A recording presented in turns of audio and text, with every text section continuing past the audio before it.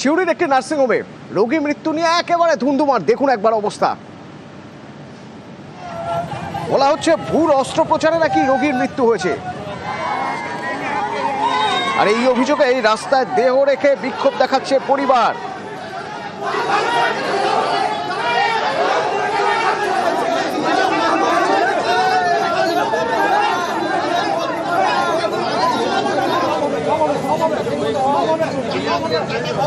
সুপ্রতিম আছে আমার সঙ্গে। সুপ্রতিম, কেন এই অভিযোগ করা হচ্ছে পরিবারের তরফ থেকে, ওই মৃতের পরিবারের তরফ থেকে, আর হাসপাতাল কর্তৃপক্ষ কি বলছে তাও জানতে চাইবো।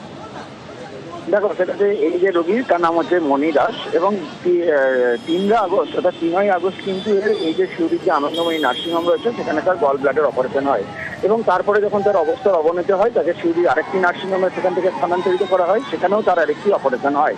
তারপর সেখান থেকে যখন তার অবস্থার অবনতি হয় সেখান থেকে তাকে বোলপুরের একটি প্রাইভেট মেডিকেল কলেজেও নিয়ে যাওয়া যায় চিকিৎসার জন্য, এবং সমস্ত চিকিৎসার দায়িত্ব ছিল কিন্তু ওই যে ডাক্তার প্রথম অপারেশন করেছিল সে।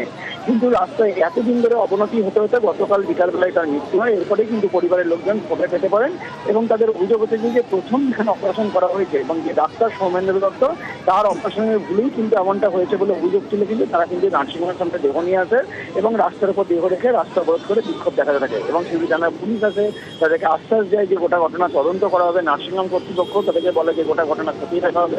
তারপর কিন্তু তারা দেহ তুলে নেয়, যদিও যখন যে মুহূর্তে তারা রাস্তাবরোধ করেছিল যথেষ্ট উত্তেজনা ছড়িয়েছিল এলাকায়। ধন্যবাদ।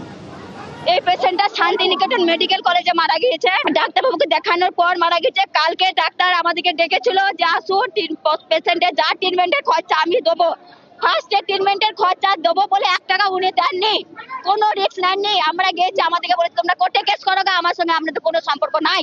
সৌমেন দত্ত আমাদেরকে জেলে জবাব দিয়েছে, ও নারী কেটে দিয়েছে, খাবারের ঘর কেটে দিয়েছে। ভুল ট্রিটমেন্ট হয়েছে, ভুল ট্রিটমেন্ট হয়েছে, সব প্রথম থেকেই ও ভুল করেছে। প্রথমে গলব্লাডার ওটি করতে দিয়ে ও